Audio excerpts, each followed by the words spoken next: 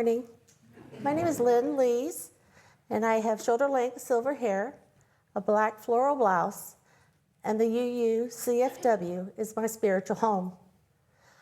I would like to invite Ermina, the CEO of Wellspring, to come share of all the good works happening in our city through Wellspring.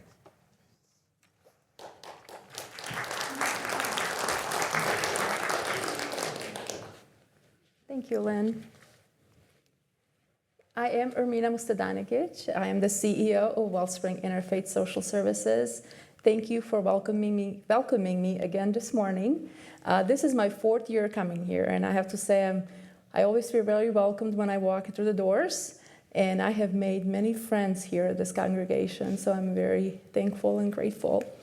But today I'm going to share some information about Wellspring. I know I don't want to repeat everything that I've said in the past, but there's always new things happening. The mission of Wellspring, we're people of faith serving the social, physical, and educational needs of the community in Allen County. The Wellspring services, we are supporting individuals and families. All services that we provide are at no cost to those we serve. Most clients are employed, meaning they do have jobs, but they can't meet all the needs they have at home. You know, they may have extra bills they have to pay or a large family they have to support. We serve over 20,000 individuals every year. We're open and serving clients 5 days a week. We are powered by 20 staff members, 80 plus volunteers, and we operate on a $1.3 million budget. As I said, we don't charge for any services, so all of that money has to be raised in this community. The first services I'm going to share are youth services. We have the after-school program and summer camp. This year we have increased our after-school program to 70 children. In the past we used to have 40. There is such a need. There's so many vouchers have been cut for families who were depending on them to have children in a safe place after school. So we're really trying to bring in as many kids as we can.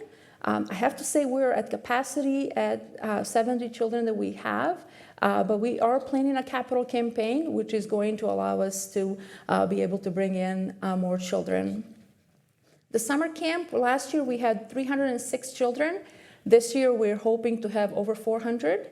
We'll see, what the community brings and how much money we're able to raise, but we would love to have as many children as possible because it does support the families. It helps the parents to stay at work because if they do not have childcare services, they can't provide for their families. When children come to us, they receive full dinner in the after-school program. They receive snacks. They have homework help. We have wonderful volunteers who have reading, an hour of reading with each child. We're a 1-to-6 ratio, meaning that children are receiving the attention they need. And again, this year we have incorporated kind of like a new service to serve children with all abilities. We have learned from many families and supporters and foundations that children with disabilities do not have enough services when it comes to the after-school or summer camp.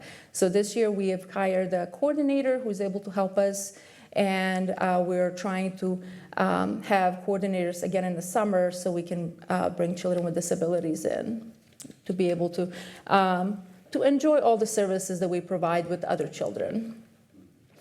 Our food assistance program, that keeps growing. We always say we do not advertise our food programs at all because people they know where to find us. And last year we had, actually the previous year, we had 190,000 pounds of food we distributed to our community. And last year, over 350,000 pounds of food. So that's a lot of food that went out of our doors to our community. And that's just because we were able to receive enough food in from different congregations, people like ourselves who are just willing to give.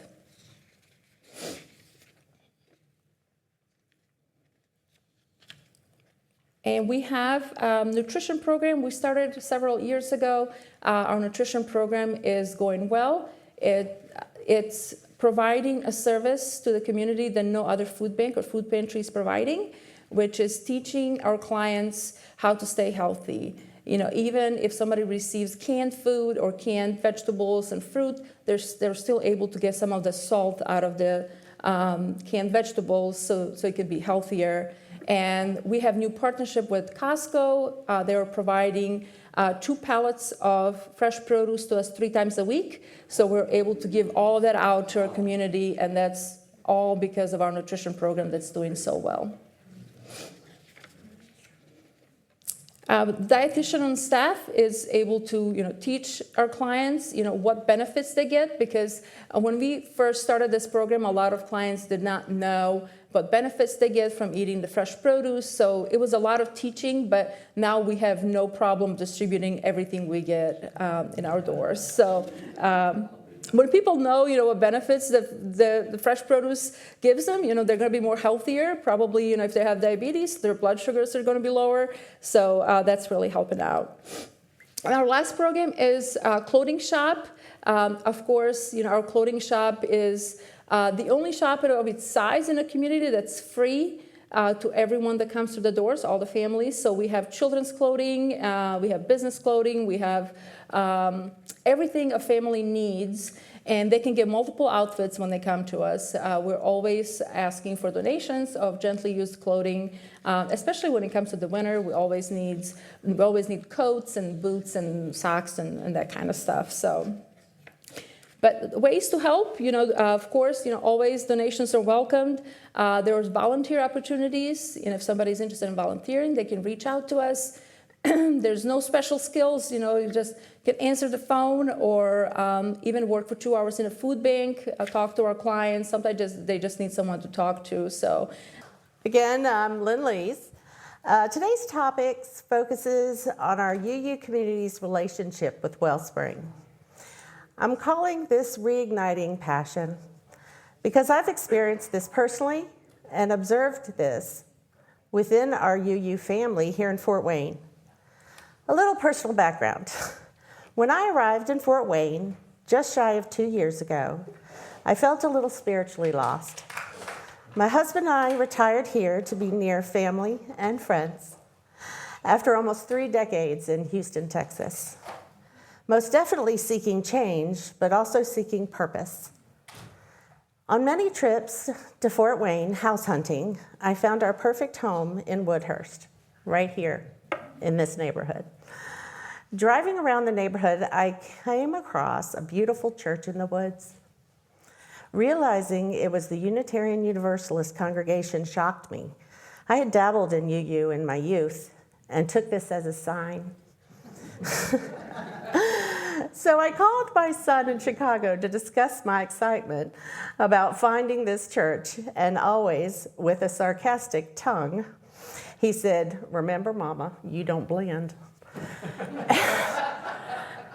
After attending several services, I realized I didn't need to blend because I was accepted and welcomed with love, just as I am, Texas twang and all.